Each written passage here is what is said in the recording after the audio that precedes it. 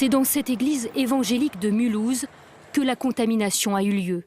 Sûrement dans cette salle de culte. Durant la semaine de rassemblement dont on parle, c'était donc en février, du 17 au 21 février. Donc cette salle était remplie d'adultes. Entre 2000 et 2500 personnes réunies pour une semaine de carême. Un rassemblement qui est le point commun des 16 malades du Haut-Rhin. Parmi eux, le fils du pasteur, sa femme et un de ses enfants.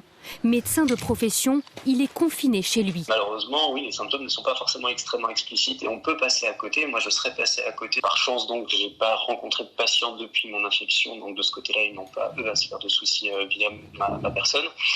Mes enfants ne sont pas allés à l'école. Une autre famille est concernée. Un grand-père, sa fille et ses petits-enfants de 1 et 5 ans. Les 16 malades sont ou ont été hospitalisés au CHU de Strasbourg. Par sécurité, 3 écoles sont fermées, celles des enfants contaminés, mais aussi celles qui dépendent de l'église évangélique. Aujourd'hui, les autorités craignent une multiplication des cas, car ce n'est qu'une semaine après la fin du rassemblement que l'existence de ce foyer a été révélée et les participants venaient de partout en France et en Europe.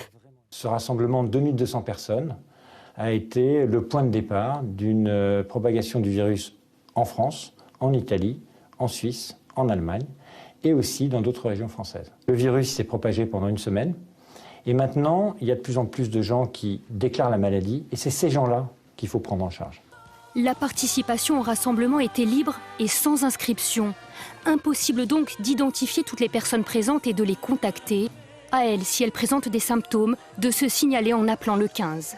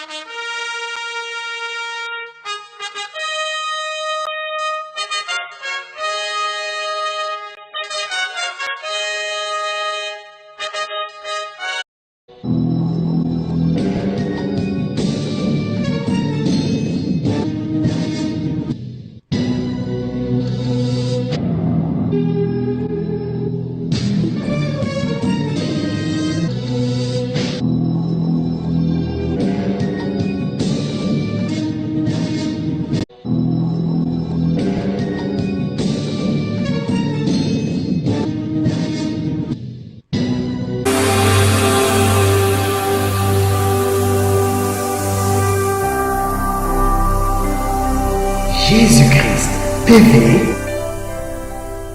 vous connaîtrez la vérité et la vérité vous affranchira.